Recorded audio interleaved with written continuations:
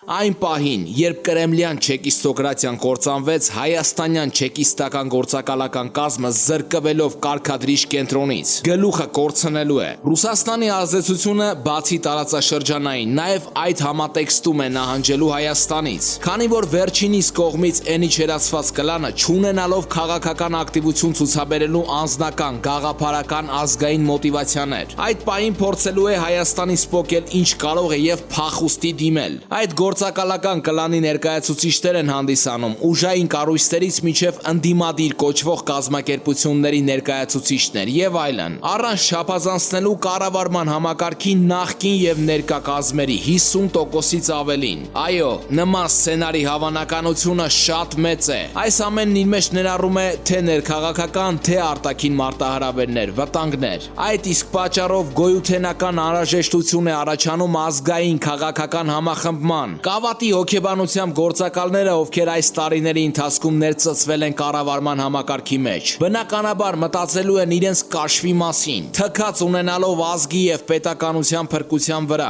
այնպես որ ստեղծվելու է մի իրավիճակ, որի պայմաններում եւ ապրելու, պետություն վերացնելու եւ կործանվելու ելքերը հավասարաչափ հավանական են լինելու։ Իրադարձությունների ընթացքն ապրելու, պետություն վերացնելու, հունով զարգացնելու հնարավորությունը միայն բացառիկ ազգային հավաքականություն եւ իմաստություն դրսեւորելու դեպքում է ընձեռնվելու։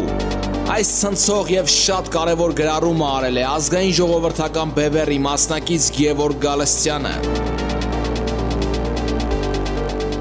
Նոն պոստ Եգիպտոս։ Մեծ Բրիտանիան բարձր զարգացած արդյունաբերական երկիր է եւ ընդգրկված է աշխարհի ամենազարգացած պետությունների ցուցակում։ Նա առաջատար դեր է խաղացել աշխարհում, նախքան ԱՄՆ-ն նրանից կվերցներ առաջնության դափնիները։ Իսկ Թուրքիան երկիր է դինամիկ զարգացող տնտեսությամբ։ Ասելով զարգացող, մենք նկատի ունենք բացառապես արժույթի միջազգային հիմնադրամի ԱՄՀ-ի ցուցանիշները։ Այնուամենայնիվ երկրների միջև խզումը մնում է բավականին մեծ, առնվազն մեր ժամանակներում։ Ուստի գրավ է Լոնդոնի հետաքրքրվածությունը Անկարայի ռազմական նվաճումների նկատմամբ, ինչ է հայտնի այս մասին։ Ամենաբարձր մակարդակում թուրքական ռազմական նվաճումների, հատկապես անօդաչու թռչող սարքերի նկատմամբ բրիտանացիների հետաքրքրվածությունը նկատելիորեն ներկայացված է լրատվամիջոցների հրապարակումներում եւ վերլուծական հոդվածներում։ Այս պարագայում նրանց հետաքրքրվածությունը հասկանալի է, բայց մենք խոսում ենք այլ բանի մասին։ Թուրքական ռազմական նվաճումների հանդեպ հավանությունն ու հետաքրքրվածությունը անմիջապես բխում են Մեծ Բրիտանիայի պաշտպանության նախարարությունից, իսկ ավելի կոնկրետ հենց նախարարից։ Մեծ Բրիտանիայի պաշտպանության նախարար Բեն Ուալեսը հայտարարել է, որ թուրքական անօդաչուները միջազգային ասպարեզում կփոխեն խաղի կանոնները։ Այս լուրը հրապարակել են համաշխարհային շատ լրատվամիջոցներ։ Նրա խոսքերը վկայում են այն մասին, որ նա հասկանում է, թե ինչ դեր են խաղացել անօդաչուները թուրքական ռազմական գործողություններում, ընդդեմ Իրաքի հյուսիսում եւ Սիրիայում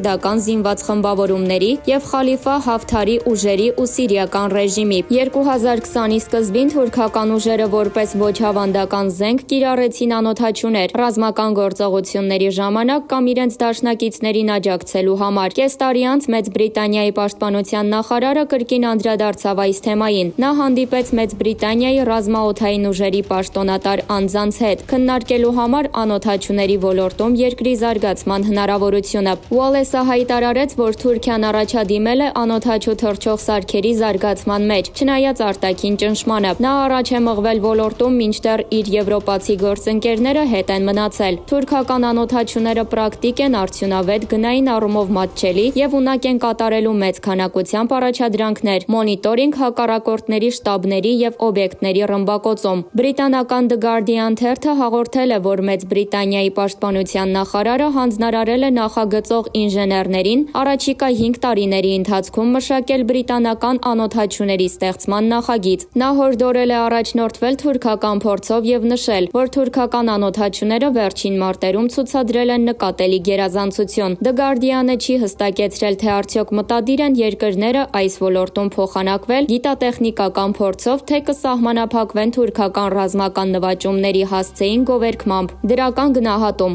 Մեծ Բրիտանիայի պաշտպանության նախարարը դրական է արձագանքել թուրքական անօդաչու թռչող սարքերի առնչությամբ, բայց այնուամենայնիվ չի կարողացել թաքցնել իր հիասթափությունը։ Նա ճնշված է, որ թուրքերը զգալի առաջընթաց են գրանցել այս խոստումնալից ոլորտում, չնայած դժվարություններին եւ խնդիրներին, իսկ արևմտյան երկրները, որոնց համար ավելի հեշտ է ձեռք բերել տեխնոլոգիա եւ ֆինանսավորում, չեն կարողացել հասնել համանման արդյունքների։ Իդեպ վերջերս նման հակասական զգացումներ նկատվում են ոչ միայն Մեծ Բրիտանիայում։ 2020 թվականի հուլիսին Die Welt գերմանական թերթը գրել է, որ թուրքական անօդաչուները հեղափոխություն են կատարել ռազմական գործում եւ զգալիորեն փոխել են ուժերի հավասարակշռությունը Մերձավոր Արևելքում, հօգուտ Թուրքիայի։ Ավելին, Թուրքիայի իշխանությունները դիտարկում են դրանք որպես գնորդներ ներգրավելու միջոց։ Սա վկայում է այն մասին, որ կավելանա թուրքական ռազմական տեխնիկայի վաճառքը եւ կուժեղանա թուրքական ռազմական քարոզչությունը։ Թուրքիայի հաճախորդ դաշնակիցները կկարողանան օգտագործել այս էժանագին ու մահաբեր զենքը խոշոր տերությունների դեմ։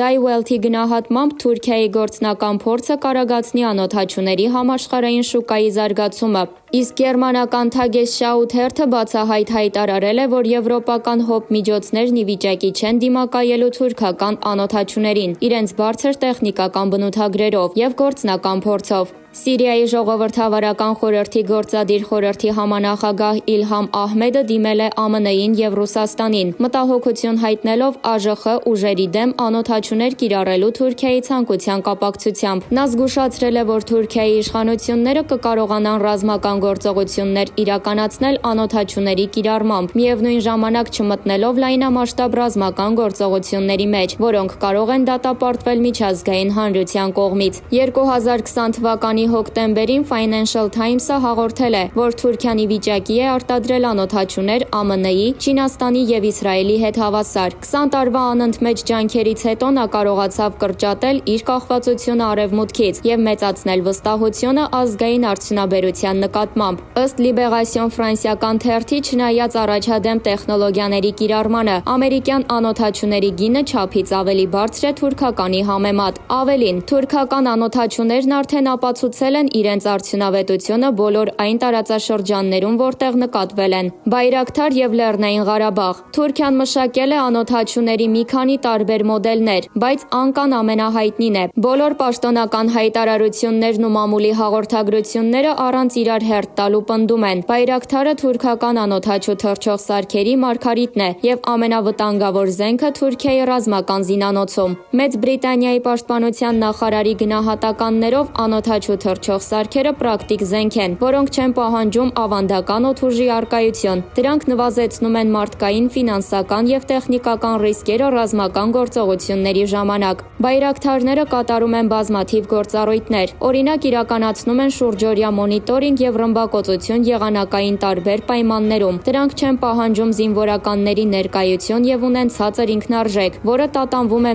1-ից 2 միլիոն դոլարի սահմաններում։ Անօդաչուները կոչվել են Բայրակթար ի պատիվ թուրք գործարար եւ Թուրքիայի նախագահ Ռեջեփ Թայիպ Էրդողանի փեսա Սելչուկ Բայրակթարի։ Անկարան վերջին 3 տարիներին բանակում եւ ոստիկանությունում ավելացրել է անօդաչու թռչող սարքերի քանակը 38-ից հասցնելով 94-ի։ Նա նաեւ կարողացել է դրանք վաճառել Կատարին, Թունիսին եւ Ուկրաինային։ Բացի դրանից, թուրքական անօդաչուների նկատմամբ հետաքրքրություն են դրսեւորել նաեւ այլ երկրներ, այդ թվում Ինդոնեզիան։ Թուրքական Բայրակթար անօդաչուներն իրենց ամբողջ փառքով ցուցադրվեցին Լեռնային Ղարաբաղի հակամարտության ժամանակ, որը բռնկվել էր Ադրբեջանի ու Հայաստանի միջև անցած տարվա սեպտեմբերի վերջին։ Ադրբեջանը կիրառում էր թուրքական անօդաչուներ, իսկ հայկական հոբ համակարգերը ի վիճակի չէին դիմակայելու դրանց։ Բացի դրանից, հայկական սպառազինության մեջ չկան անօդաչուներ։ Այսպիսով Բայրակթար TB2-ը փոխեց ուժերի հավասարակշռությունը հօգուտ Բաքվի, ինչը նախկինում անհնար էր անել։ Ադրբեջանի նախագահ Իլհամ Ալիևը բազմիցս շեշտել է, որ թուրքական անօդաչուները ոչնչացրել են հայկական զինված ուժերի $1 միլիարդ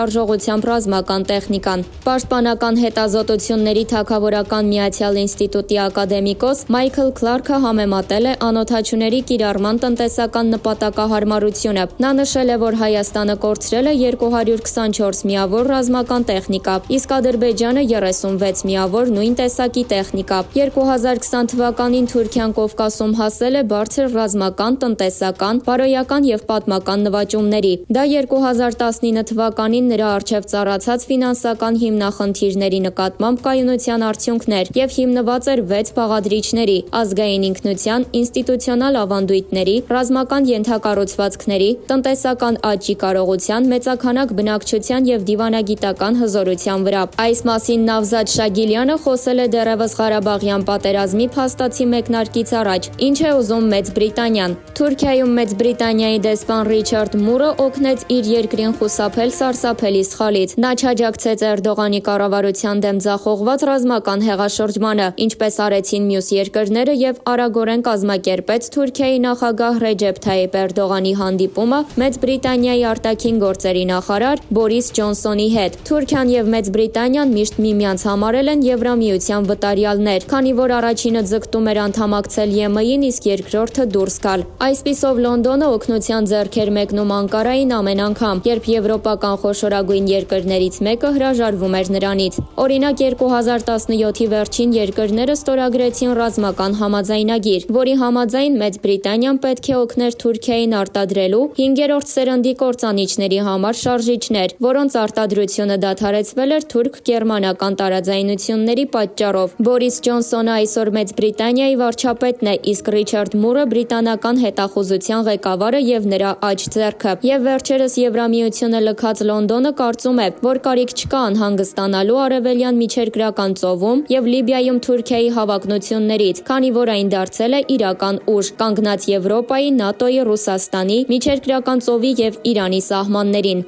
Նա նաև Անկարային առաջարկեց սեփական արտադրության գերժամանակակից տեսախցիկներ այն բանից հետո, երբ Կանադան հրաժարվեց արտահանել դրանք Թուրքիա, Լեռնային Ղարաբաղում Բայրակթար անօդաչուների կիրառման պատճառով։ Սակայն Թուրքիան ըստ ռուս լրագրող Վլադիմիր Դանիլովի տեղեկատվության կարողացավ ինքնուրույն հիմնել դրանց արտադրությունը։ Մեծ Բրիտանիան եւ Թուրքիան պատրաստ են համագործակցության։ Հունվարին նրանք ստորագրեցին ազատ առևտրի մասին պայմանագիր։ Թուրքերը ցանկանում են օգուտ քաղել ինքնաթիռների եւ տանկերի շարժիչների արտադրության բրիտանական փորձից, զարգացնելու համար 5-րդ սերնդի TFX կործանիչների եւ Altai տանկերի նախագծերը, իսկ փոխարենը բրիտանացիները խոստացել են աջակցել Բայրակթարի նման թուրքական անօդաչուների զարգացմանը։ Իդեպ Մեծ Բրիտանիան արդեն աշխատում է սեփական անօդաչուների ստեղծման վրա, որոնք կիրագործեն ավելի բարդ խնդիրներ։ Թուրքերը եւ բրիտանացիները միասին աշխատում են նաեւ Ուկրաինայում ընդդեմ Ռուսաստանի։ Հիշեցնենք, որ բրիտանական ուժերը ինչպես սպասվում է կտեղակայվեն Սև ծովի ափին գտնվող ուկրաինական նավահանգիստներից մեկում, որտեղ խառնվում են Անկարայի եւ Մոսկվայի ազդեցությունները։ Բրիտանական պաշտոնատար անձանց վերջին հայտարարությունները վկայում են, որ Բայրակթար անօդաչուները տպավորիչ արդյունքների են հասել նվազագույն ծախսերով, բայց հարցը հետեւյալն է. ինչ կպատահի, երբ Անկարան Բայրակթար Ակինջիի զանգվածային արտադրություն սկսի, որն իրենից ներկայացնում է հայտնի անօդաչուների ավելի արդիականացված տարբերակ։